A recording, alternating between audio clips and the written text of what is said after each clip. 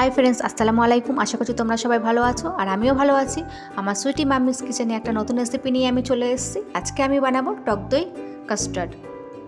আর এই টক দই কাস্টার্ডটা অবশ্যই তোমরা ইফতারের টাইমে একবার খেয়ে দেখবে, অবশ্যই তোমাদের অনেক ভালো লাগবে। তো চলো এই রেসিপিটা শুরু করার আগে তার আগে বলে দিই, প্লিজ আমার চ্যানেলকে সাবস্ক্রাইব করো, লাইক করো অ্যান্ড পাশে থাকো। আর আশা করছি তোমাদের এই রেসিপিটি অনেক সহজ লাগবে আর অনেক ভালো লাগবে। তো চলো টক দই কাস্টার্ড বানানোর জন্য আমি ফার্স্ট এখানে ফল নিয়েছি। ফার্স্ট একটা কলা পিস পিস করে কেটে নিয়েছি। তারপর নিয়েছি গোলাপ ফুলের পাপড়ি শুকনো। তারপর নিয়েছি একটা আপেল কোচা কোচা করে কুচি করে কেটে নিয়েছি। তারপর নিয়েছি তরমুজ কেটে নিয়েছি। তো তোমরা চাইলে আরও ফল নিতে পারো।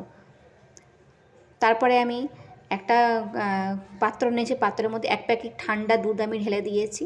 ঢালার পরে তারপরে 1 প্যাকেট টক দই দিয়ে দিয়েছি। দেওয়ার পরে তারপরে আমি দেবো এখানে আইসক্রিম। এখানে আমি ভ্যানিলা আইসক্রিম ইউজ করছি, তোমরা চাইলে চকলেট বাদে যে কোনো আইসক্রিম ইউজ করতে পারো। তো আমি এখানে ভ্যানিলা আইসক্রিম নিয়ে নিচ্ছি। নিয়ে এইগুলোকে যেমন লস্যির মতোভাবে ফাটে, তো সেইভাবে আমি ভালো করে ফেটে নেব। আর এখন আমি এখানে চিনি ইউজ করিনি, যেহেতু আইসক্রিমটাও মিষ্টি থাকে, দুধটাও একটু মিষ্টি ভাব থাকে, ফলগুলোও একটু মিষ্টি ভাব থাকে।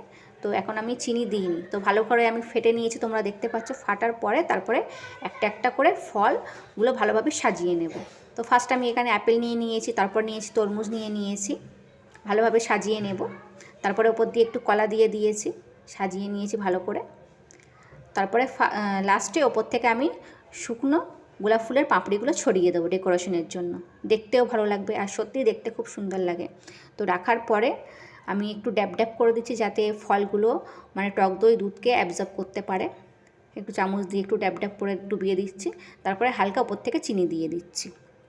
চিনি দেওয়ার পরে আমি 1 ঘন্টা মতো ফ্রিজে রেখে দেবো। দেখতে পাচ্ছ আমার একদম রেডি হয়ে গেছে বানানো। তো তারপরে 1 ঘন্টা আমি ফ্রিজে রেখে দেবো। রাখার পরে তারপরে আমি সার্ভ করব। তো ফ্রিজে 1 ঘন্টা রাখার পরে আমি বার করে নিয়েছি। আর দেখতে পাচ্ছ কত সুন্দর লাগছে দেখতে আর কত সুন্দর খেতে, টেস্টিও হবে। তো আমি এখানে সার্ভ করে নিয়েছি। আর অবশ্যই রমজান মাসে এটা তোমরা ট্রাই করো। সারাদিন রোজা রাখার পরে আর এত প্রোটিন খাবার খেলে শরীরের পক্ষে অনেক ভালো আর মনও শান্তি।